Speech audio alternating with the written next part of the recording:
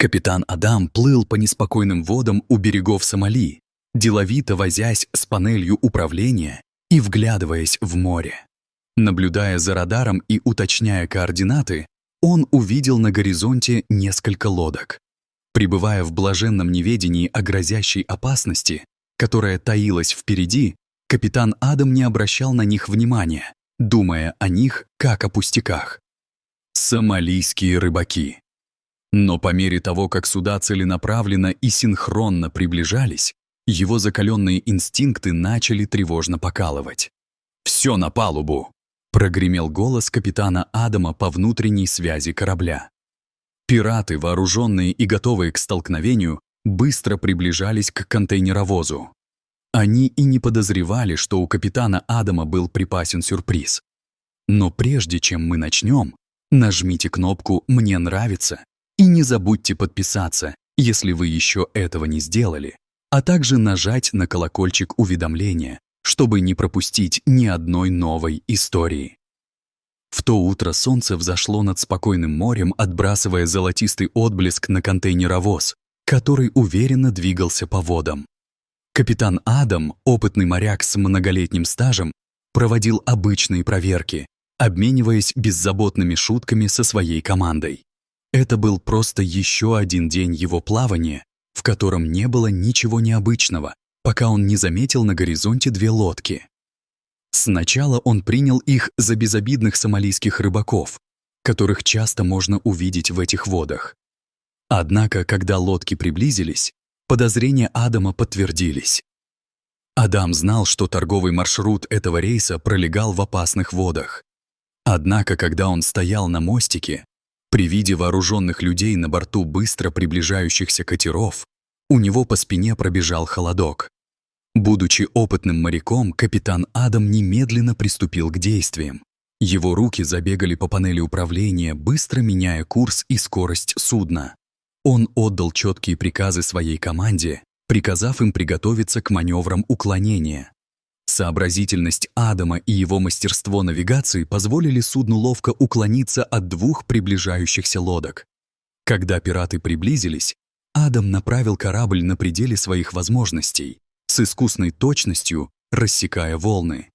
Пиратские лодки метались зигзагами, пытаясь обойти корабль с двух сторон. Несмотря на безжалостную погоню, Адам сохранял внешнее спокойствие, хотя в его голове проносились стратегии. Он использовал размеры корабля в своих интересах, создавая большие кильваторные волны, чтобы дестабилизировать положение небольших пиратских лодок. Волны разбивались о корпус, каждый поворот создавал непреодолимую преграду для нападавших. Однако, как только его охватило мимолетное чувство облегчения, по корпусу корабля прокатился внезапный глухой удар. Сердце Адама упало. Он не учел наличие третьей лодки, скрытой от глаз. Осознание этого обрушилось на него, как приливная волна. Пираты перехитрили его. Через несколько мгновений вооруженные люди с третьей лодки схватились за борт корабля и с хищной поспешностью вскарабкались на борт. У капитана Адама на борту было оружие, чтобы защитить себя и команду, но меньше всего ему хотелось превращать это место в место активной перестрелки. Он знал, что лучший план — сдаться, позволить пиратам захватить контроль над контейнеровозом, а его начальству разобраться с этим позже. Время шло, а пираты подбирались все ближе к борту контейнеровоза. Внезапно, среди всего этого хаоса, в голове Адама созрел план, и он не смог сдержать улыбки. Если эти пираты хотели напакостить его кораблю, то их ждала безумная авантюра. В конце концов, Адам знал контейнеровоз лучше, чем кто-либо другой. Капитан Адам быстро схватил микрофон и прокричал сообщение по внутренней связи. Он потребовал, чтобы все члены экипажа направились в столовую на нижней палубе. Он также сообщил им, что на борт поднимаются пираты, надеясь, что его предупреждение было своевременным. После этого он быстро выключил двигатели корабля, оставив его дрейфовать на милость океана, как и хотел Адам. Команда последовала его приказу. Направляясь в столовую, пираты поднялись на борт корабля. Их было 5, вооруженных старыми автоматами АК-47, Хотя они и выглядели неорганизованными, их скрытный абордаж свидетельствовал о том, что это было для них не в первый раз. Но этот корабль был намного больше, чем кто-либо из них когда-либо захватывал раньше. Не зная, с чего начать, пираты заколебались. Пират Эйрел, их предводитель, быстро разработал план. Они стремились найти самые ценные, простые и легко переносимые предметы, и один из пиратов предложил обратиться за помощью к другим. Но Эйрел отверг эту идею. Он не доверял другим пиратам и едва ли доверял своей собственной команде. Они знали, что другие пираты, скорее всего, захватят самое ценное для себя. Это была работа только для них 5. Чтобы провернуть ее, им нужно было захватить кого-нибудь из команды, кто знал бы расположение корабля. Но весь корабль был погружен в жуткую тишину. Пираты обменялись усталыми взглядами, чувствуя, что это будет совсем непростая задача. Капитан Адам остался в рубке управления, следя за их передвижениями, и почувствовал облегчение, когда они разделились. Такое разделение упростило бы его контратаку. Он мог сначала разобраться с парой, а затем сосредоточиться на троице. Адам связался по рации с 2 своими заместителями, приказав им запереть экипаж в столовой, а затем встретиться с ним на мостике. Командиры прибыли незамедлительно, готовые выполнить план. Пираты не знали, что их судьба была решена. Офицеры быстро ушли, чтобы установить ловушку. В то время как 2 пиратов на палубе чувствовали себя все более неуютно, их страх перед засадой возрастал с каждым неуверенным шагом. По мере того, как 2 пиратов крались вдоль корабля, их уверенность таяла. Тишина на огромном судне действовала на нервы. В рубке управления капитан Адам и Харрис быстро набросали план. Они решили воспользоваться сложной планировкой корабля, устроив ловушку в грузовом отсеке. В тускло освещенном грузовом отсеке команда Адама молча приступила к работе. Они натянули грузовые сетки и установили скрытую сигнализацию, создав несмертельную ловушку вокруг стратегически выбранного ящика. Адам наблюдал, как 2 нервничающих пиратов, Ахмед и Юсуф, крепко сжали свои АК-47 и поползли на звук, ошибочно приняв его за лязг спрятавшихся членов команды. Когда они приблизились на звук, жадность на мгновение взяла верх над осторожностью. Они заглянули в ящик, и их глаза расширились от изумления при виде новеньких блестящих смартфонов. Эти дорогие гаджеты сулили им состояние, превосходящее их самые смелые мечты. Спрятавшись от посторонних глаз, Адам и его команда наблюдали за пиратами через небольшую щель. Они ждали подходящего момента, чтобы действовать, тщательно расставляя ловушки. Пираты, полностью поглощенные добычей, все больше забывали о надвигающейся опасности. Их осторожность растворилась в возбуждении, а блестящие устройства затуманили их рассудок. Их шепот эхом отдавался в грузовом отсеке, не подозревая, что Адам и его команда подслушивают. Капитан Адам, неусыпно контролировавший ловушку, следил за каждым движением со своего скрытого наблюдательного пункта. Поглощенные краденым, пираты не заметили малейших признаков ловушки. За ними незаметно захлопнулась дверь. По молчаливому сигналу Адама ловушка сработала. Дверцы ящика захлопнулись, заперев Ахмеда и Юсуфа внутри. Торжество сменилось паникой, когда они поняли, что их поймали. Команда Адама вздохнула с облегчением, одна угроза была нейтрализована. Но миссия была далека от завершения.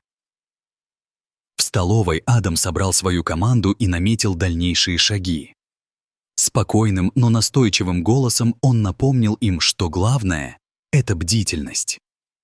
Вернувшись в рубку управления, он быстро отключил все коммуникации внутри контейнера, убедившись, что предупреждение не достигнет остальных. На мониторах наблюдения были видны капитан Эйрел и его оставшаяся команда. Их зернистые изображения показывали каждое движение. Адам внимательно изучал их, оставаясь на шаг впереди. Снова собрав свою команду, он подчеркнул необходимость соблюдать тишину и скрытность. Каждое решение сейчас может означать жизнь или смерть. Он потянулся к рации и связался с береговой охраной. Ровным голосом он подробно описал ситуацию. 2 пиратов задержаны, остальные по-прежнему активны и вооружены. На линии потрескивали помехи, когда он передавал каждую важную деталь. После отправки сообщения наступила тишина. Все взгляды были прикованы к рации в ожидании. Хотя они и вызвали помощь, Адам знал, что не могут позволить себе полагаться только на подкрепление. Судно находилось в нескольких часах пути от ближайшего берега, и за это время могло произойти все, что угодно. Вскоре зазвонило радио. Береговая охрана отреагировала, признав опасность и подготовив тщательную стратегию посадки. Их слова вселяли надежду, но время все еще было важным фактором. Адам оставался начеку, продолжая следить за передвижениями Эйрела по кораблю. Тем временем Эйрел вел свою команду по коридорам корабля. Отсутствие Ахмеда и Юсуфа вызывало беспокойство. Встревоженный, он дал знак своим людям двигаться тихо, осматривая каждую комнату с растущим беспокойством. Тишина давила на них. С каждым пустым местом ощущение опасности усиливалось. Напряжение росло, когда пираты поняли, что что-то не так. Они обменялись нервными взглядами. Эйрел лихорадочно соображал, подозревая, что за ними наблюдают. Он двигался с большей осторожностью, зная, что неверный шаг может привести к катастрофе. Адам внимательно наблюдал за происходящим из рубки управления, анализируя действия Эйрела. Чтобы перехитрить его, потребовались терпение и стратегия. Он вполголоса проинструктировал свою команду. Эйрел был опасен и непредсказуем. Они не могли позволить себе ошибок. Вернувшись в коридор, Эйрел почувствовал нарастающее раздражение. В порыве ярости он выстрелил из своего оружия в потолок, и звук эхом разнесся по кораблю. Его команда последовала его примеру, открыв стрельбу в воздух. Их попытка вывести членов экипажа из строя только обнажила их позиции, показав, насколько уязвимыми они стали. «Капитан!» Голос Арау эхом разносился по коридорам, выкрикивая угрозы с нарастающей интенсивностью. Его угрожающий тон усиливал напряжение, заставляя корабль казаться меньше с каждым мгновением. В рубке управления Адам сохранял спокойствие. Сосредоточенный на показаниях камер наблюдения, он спокойно отдавал распоряжения своей команде. Несмотря на нарастающий хаос, он держался твердо и сдержанно. Преисполненный решимости предотвратить дальнейшее насилие, Адам решил в одиночку противостоять нападению. Хотя это и было рискованно, он полагал, что прямой подход поможет выиграть время и защитить его команду. Его команда, явно встревоженная, доверяла его суждениям. Они продолжали охранять корабль, в то время как Адам готовил нелетальные средства — электрошокер, наручники, предпочитая стратегию силе. Бесшумно двигаясь к последнему известному местонахождению Эйрела, Адам продвигался по безмолвному кораблю, выверяя каждый шаг. Завернув за угол, он столкнулся с Эйрелом и его людьми.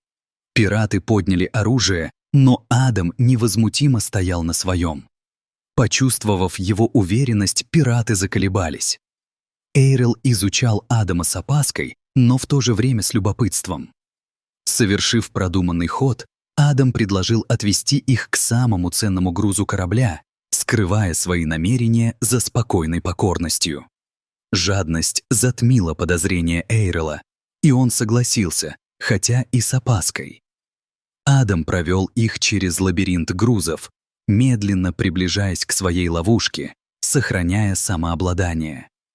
В конце концов, они подошли к ящику, наполненному сверкающими драгоценностями. Пираты, на мгновение завороженные, начали набивать свои сумки. Взгляд Арали переместился на другой ближайший ящик, помеченный как «для дорогостоящей электроники». Палубы. Когда он наклонился, Адам начал действовать. Сильным толчком он отправил Эйрела кувыркаться в замаскированную ловушку. Команда Адама немедленно начала действовать из укрытий. Оставшиеся пираты, застигнутые врасплох, не успели среагировать. Скоординированная эвакуация была быстрой и решительной. В течение нескольких минут команда обезвредила всех.